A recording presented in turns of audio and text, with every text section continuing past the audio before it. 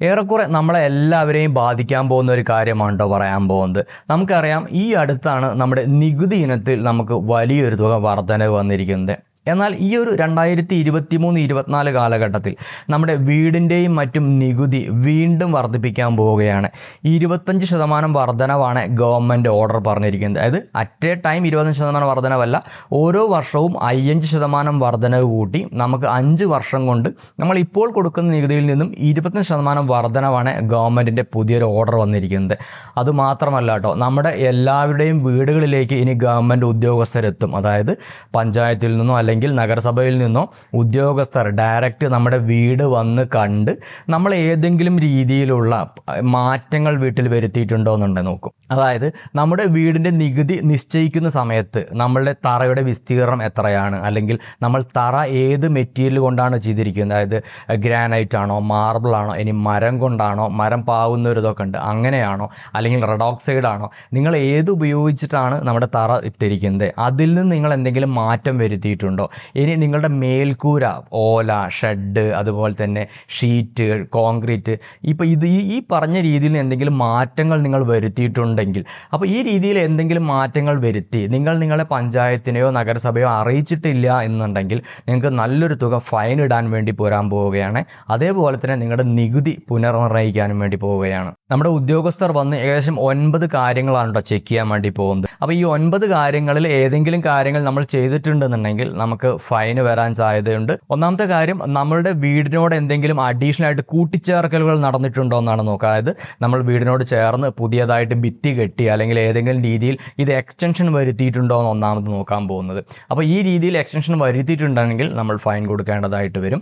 ഇനി രണ്ടാമത്തെ കാര്യം, നമ്മുടെ തറയുടെ വിസ്തീർണം എന്തെങ്കിലും മാറ്റങ്ങൾ വരുത്തിയിട്ടുണ്ടോ എന്ന് നോക്കും. അതായത് ഇപ്പോൾ നമ്മൾ ഈ ധനസഹായം വഴി കിട്ടിയ വീടുകളൊക്കെ ഉണ്ടായിരിക്കുമല്ലോ, അതായത് PMA പ്രധാനമന്ത്രിയുടെ ആവാസ് യോജന പ്രകാരം 4 ലക്ഷം രൂപ കിട്ടിയിട്ട് വീട് വെച്ച ആളുകളൊക്കെ ഉണ്ടായിരിക്കും. അപ്പോൾ അത് നമുക്ക് ചെറിയൊരു സൗകര്യമേ ഉള്ളൂ, ഒരു റൂമോ ഒരു അടുക്കളയൊക്കെ കാണത്തുള്ളൂ. അപ്പോൾ അതിൽ നിങ്ങൾ എന്തെങ്കിലും ആഡ് ചെയ്തിട്ടുണ്ട്, പുതിയതായിട്ടൊരു റൂമോ വർക്ക് ഏരിയയോ ആ രീതിയിൽ എന്തെങ്കിലും ആഡ് ചെയ്യുക. അതല്ലെങ്കിൽ നിങ്ങൾ ഓൾറെഡി നിങ്ങളിപ്പോൾ 1000-2000 സ്ക്വയർ ഫീറ്റ് വീട് നിങ്ങൾ വാസ്തുപ്രകാരം എന്തെങ്കിലും ഇഷ്യൂസുകളൊക്കെ കാരണം ഒരു പക്ഷേ ചിലപ്പോൾ തറ പൊളിച്ച് നിങ്ങൾ കുറച്ച് എക്സ്റ്റെൻഡൊക്കെ ചെയ്ത് കാണും. അപ്പോൾ ഈ രീതിയിൽ ഇതിങ്ങനെ ചെയ്തതിന് ശേഷം നിങ്ങൾ പഞ്ചായത്തിൽ അറിയിച്ചിട്ടില്ല അല്ലെങ്കിൽ നഗരസഭയിൽ അറിയിച്ചിട്ടില്ല എന്നുണ്ടെങ്കിൽ നിങ്ങൾക്ക് തീർച്ചയായിട്ടും ഫൈൻ വരാവുന്നതാണ്. അപ്പോൾ നോർമലി ഇങ്ങനെ നിങ്ങൾ ഈ തറയിൽ എന്തെങ്കിലും മാറ്റങ്ങൾ വരുത്തിയിട്ടുണ്ടെങ്കിൽ 30 ദിവസത്തിനുള്ളിൽ നമ്മൾ സെക്രട്ടറിയെ അറിയിക്കണമെന്നാണ് റൂള്. ഇങ്ങനെ അറിയിച്ചിട്ടില്ല എന്നുണ്ടെങ്കിൽ 1000 രൂപ ഫൈനോ അതല്ലെങ്കിൽ പുതിയ നികുതി പ്രകാരം പുതുക്കിയ നികുതി പ്രകാരം ഏതാണോ കൂടുതൽ അപ്പോൾ ആ ഒരു തുകയാണ് നമ്മൾ അടയ്ക്കേണ്ടതായിട്ട് വരിക.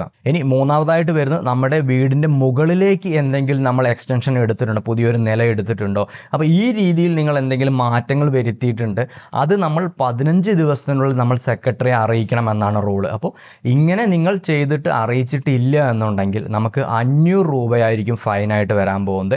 പ്ലസ് നമ്മുടെ നികുതി പുതുക്കിയ നികുതി ആയിരിക്കും വരാൻ പോകുന്നത്. ഇനി അടുത്തത് നോക്കാൻ പോകുന്നത് നമ്മുടെ മേൽക്കൂരയുടെ തരം മാറ്റമാണ്. അതായത് നമ്മളിപ്പോൾ വീടിൻ്റെ നികുതി നിശ്ചയിക്കുന്ന സമയത്ത് ഒരു പക്ഷേ ഓടായിരിക്കാം അല്ലെങ്കിൽ ഷീറ്റൊക്കെ ആയിരിക്കാം നമ്മളിട്ടുണ്ടായിരിക്കാം. അപ്പോൾ അതിൽ നിന്ന് നിങ്ങളത് എന്തെങ്കിലും മാറ്റങ്ങൾ, ഇപ്പോൾ കോൺക്രീറ്റ് ആക്കുകയോ അല്ലെങ്കിൽ ഏതെങ്കിലും രീതിയിലുള്ളൊരു ചേഞ്ചസ് നിങ്ങൾ വരുത്തിയിട്ടുണ്ടെന്നുണ്ടെങ്കിൽ അതിന് നമുക്കൊരു ഫൈൻ വരാൻ പോകുന്നുണ്ട്. അതുപോലെ നമുക്ക് പുതുക്കിയ നികുതിയുമായിരിക്കും വരാൻ പോകുന്നത്. വീടിൻ്റെ ഒരു ഭാഗം ഭാഗികമായിട്ട് പൊളിച്ച് കളയുക അല്ലെങ്കിൽ മുഴുവനായിട്ട് പൊളിച്ച് കളയുക. അപ്പോൾ ഈ രീതിയിൽ എന്തെങ്കിലും മാറ്റങ്ങൾ നമ്മൾ വരുത്തിയിട്ടുണ്ടെങ്കിലും നമ്മൾ തീർച്ചയായിട്ടും ഇതേപോലെ നമ്മൾ പഞ്ചായത്തിൽ നഗരസഭയിൽ അറിയിച്ചിരിക്കണം. അതല്ലെങ്കിൽ അങ്ങനെ ചെയ്യാത്തവർക്കും നമുക്ക് ഫൈൻ വരുന്നതാണ്. അടുത്തതായിട്ട് പറയും, നമ്മൾ ഉപയോഗത്തിലെ മാറ്റം വരുത്തലാണ്. അപ്പോൾ നമ്മൾ വീടിൻ്റെ നികുതി അടച്ചുകൊണ്ട് അപ്പോൾ വീടിൻ്റെ ഒരു പോർഷൻ നമ്മൾ വേറെ എന്തെങ്കിലും ആവശ്യത്തിന് വേണ്ടി ഉപയോഗിക്കുന്നുണ്ടെങ്കിൽ, ഇപ്പോൾ ഒരു ഷോപ്പായിട്ടോ അല്ലെങ്കിൽ വേറെ എന്തെങ്കിലും പർപ്പസിന് വേണ്ടി നമ്മൾ ഉപയോഗിക്കുന്നുണ്ടെങ്കിൽ നമ്മൾ അത് രണ്ടും രണ്ടായിട്ട് വേണം കാണിക്കാൻ വേണ്ടിയിട്ട്. രണ്ടിനും 2 നികുതിയാണ് നമ്മൾ കൊടുക്കേണ്ടത്. അപ്പോൾ ഈ രീതിയിൽ നിങ്ങൾ ചെയ്യുന്നുണ്ടെങ്കിൽ തീർച്ചയായിട്ടും നമുക്ക് വീണ്ടും അതിനൊരു ഫൈനും അല്ലെങ്കിൽ പുതുക്കിയൊരു നികുതിയും കാര്യങ്ങളായിട്ട് നമുക്ക് വരാൻ പോകുന്നത്. പിന്നെ അതേപോലെ തന്നെ അഡീഷണൽ ആയിട്ട് നീന്തൽക്കുളം ഉണ്ടെങ്കിലും അതേപോലെ സെൻട്രലൈസ്ഡ് ആയിട്ട് AC നമ്മൾ ഫിറ്റ് ചെയ്യുകയാണെങ്കിലും പുതിയൊരു വീട് നിർമ്മാണം നമ്മൾ ഇവരെ ഇൻഫോം ചെയ്തിട്ടുണ്ടെങ്കിൽ അപ്പോൾ ഈ രീതിയിൽ 9ഓളം കാര്യങ്ങൾ എടുത്ത് പറയുന്നുണ്ട്. ഇങ്ങനെ എന്തെങ്കിലും മാറ്റങ്ങൾ നമ്മൾ വരുത്തിയിട്ടുണ്ടെങ്കിൽ ഇതിനെല്ലാം ആയിരിക്കും നമുക്ക് ഫൈന് വരാൻ പോകുന്നത്. ഇനി നമ്മൾ വീടിനോട് ചേർന്ന് ഒരു കാലിത്തൊഴുത്തോ അല്ലെങ്കിൽ ഒരു പമ്പ് ഹൗസ് അല്ലെങ്കിൽ ഒരു കാർ കാർ ഷെഡ് തുടങ്ങിയ വീടിനോട് നമ്മുടെ പറമ്പിൽ ചെറുതായിട്ട് എന്തെങ്കിലും സെറ്റപ്പ് ചെയ്തിട്ടുണ്ടെങ്കിൽ അത് ഈ ഒരു ഇതിൽ വിഭാഗത്തിൽ വരുന്നതല്ല കേട്ടോ. അതിന് നമുക്ക് പ്രത്യേകിച്ച് ഫൈനും കാര്യങ്ങളൊന്നും തന്നെ വരുന്നതല്ല. അപ്പോൾ നമ്മുടെ പുതുക്കിയ നികുതി നിർണ്ണയിക്കുന്നത് ഒരു സ്ക്വയർ മീറ്ററിന് 6 രൂപ മുതൽ 10 രൂപ വരെയാണ്. അതായത് ഒരു സ്ക്വയർ മീറ്ററിന് 6 രൂപയോ അല്ലെങ്കിൽ 10 രൂപയോ അത് ഈ പഞ്ചായത്തിന് നിശ്ചയിക്കാം എത്ര രൂപയാണ് ഒരു സ്ക്വയർ മീറ്ററിന് വേണ്ടതെന്നുള്ളത്. ഒരു സ്ക്വയർ മീറ്റർ എന്ന് പറഞ്ഞു കഴിഞ്ഞാൽ 10.76 സ്ക്വയർ ഫീറ്റ് ആണ്. അപ്പോൾ ഒരു 1000 സ്ക്വയർ ഫീറ്റ് ഉള്ള ഒരു വ്യക്തിക്ക് മിനിമം 600 രൂപയും അല്ലെങ്കിൽ 1000 രൂപയും അതിൻ്റെ ഇടയിലായിരിക്കും നമുക്ക് ഇനി അങ്ങോട്ട് നികുതി വരാൻ പോകുന്നത്.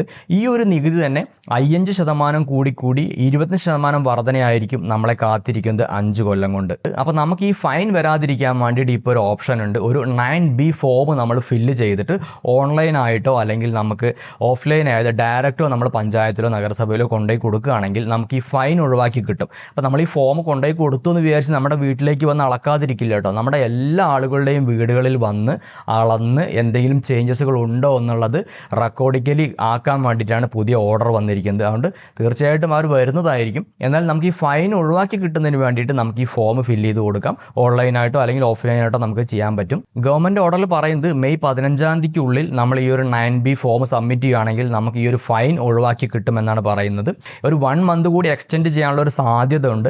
അതുകൊണ്ട് തന്നെ നിങ്ങൾ ഈ 9B ഫോം ഇപ്പോൾ നിങ്ങൾ ഈ സ്ക്രീനിൽ കാണിക്കുന്ന അല്ലെങ്കിൽ ഞാൻ ഡിസ്ക്രിപ്ഷനിൽ ഈ ഫോം കൊടുക്കാം. നിങ്ങൾക്ക് അവിടുന്ന് ഡൗൺലോഡ് ചെയ്തിട്ട് നിങ്ങൾക്ക് ഇത് ഫില്ല് ചെയ്തിട്ട് കൊണ്ടുപോയി കൊടുക്കാം, ഡയറക്റ്റ് കൊണ്ടുപോയി കൊടുക്കാം. അപ്പോൾ ഈ ഒരു 9B ഫോം നമ്മൾ ഫില്ല് ചെയ്യുക. നമുക്ക് ഇതിൽ സോണൽ ഓഫീസ് എന്നുള്ളത് നമ്മുടെ പഞ്ചായത്തിൻ്റെയോ അല്ലെങ്കിൽ നഗരസഭയുടെ പേര് കൊടുക്കുക.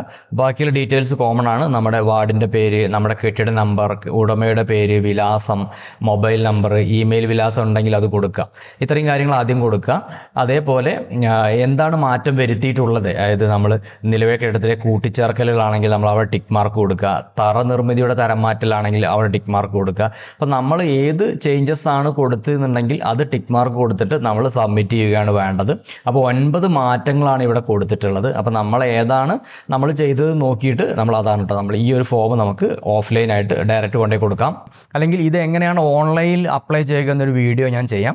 അപ്പോൾ അങ്ങനെയാണെങ്കിൽ നമുക്ക് ഓൺലൈനിലും ഈ ഒരു ഫോം അപ്ലൈ ചെയ്തിട്ട് നിങ്ങൾക്ക് സബ്മിറ്റ് ചെയ്യാവുന്നതാണ്. അപ്പോൾ ഇതിൻ്റെ ഒരു വാലിഡിറ്റി ഒരു 1 മന്ത് കൂടെ എക്സ്റ്റെൻഡ് ചെയ്യാനുള്ള ഒരു സാധ്യത കാണുന്നുണ്ട്. കാരണം ഒരുവിധം ആളുകൾക്കൊന്നും ഇങ്ങനൊരു വിവരം അറിഞ്ഞിട്ടില്ല നമ്മുടെ നാട്ടിലൊന്നും. അതുകൊണ്ട് തന്നെ നിങ്ങൾ ഈ ഒരു വീഡിയോ കാണുന്ന നിങ്ങളുടെ സുഹൃത്തുക്കൾ ആരെങ്കിലും ഉണ്ടെങ്കിൽ ഇങ്ങനെ ഒരു സംഭവം ഉണ്ടെന്ന് പറഞ്ഞ് മനസ്സിലാക്കി കൊടുക്കുക. ഈ ഒരു വലിയ തുക ഫൈനിൽ നിന്ന് നമുക്ക് രക്ഷപ്പെടാൻ സാധിക്കും. അപ്പോൾ ഈ ഒരു ഇൻഫർമേഷൻ നിങ്ങൾക്ക് ഹെൽപ്ഫുള്ളായെന്ന് വിശ്വസിക്കുന്നു. അപ്പോൾ നിങ്ങൾക്ക് ഹെൽപ്ഫുള്ളായെന്ന് തോന്നുകയാണെങ്കിൽ നമ്മുടെ ചാനൽ ഇതുവരെയും സബ്സ്ക്രൈബ് ചെയ്യാതെയാണ് നിങ്ങൾ കാണുന്നതെങ്കിൽ ഒന്ന് സബ്സ്ക്രൈബ് സപ്പോർട്ട് ചെയ്യാനും അതുപോലെ തന്നെ നിങ്ങളുടെ ഫാമിലിയുമായിട്ട് ഈ ഒരു കാര്യങ്ങൾ ഷെയർ ചെയ്യാനും മറന്നു പോകരുത് കേട്ടോ. അപ്പോൾ നമുക്ക് വീണ്ടും അടുത്തൊരു വീഡിയോയിൽ കാണാം. Thanks for watching.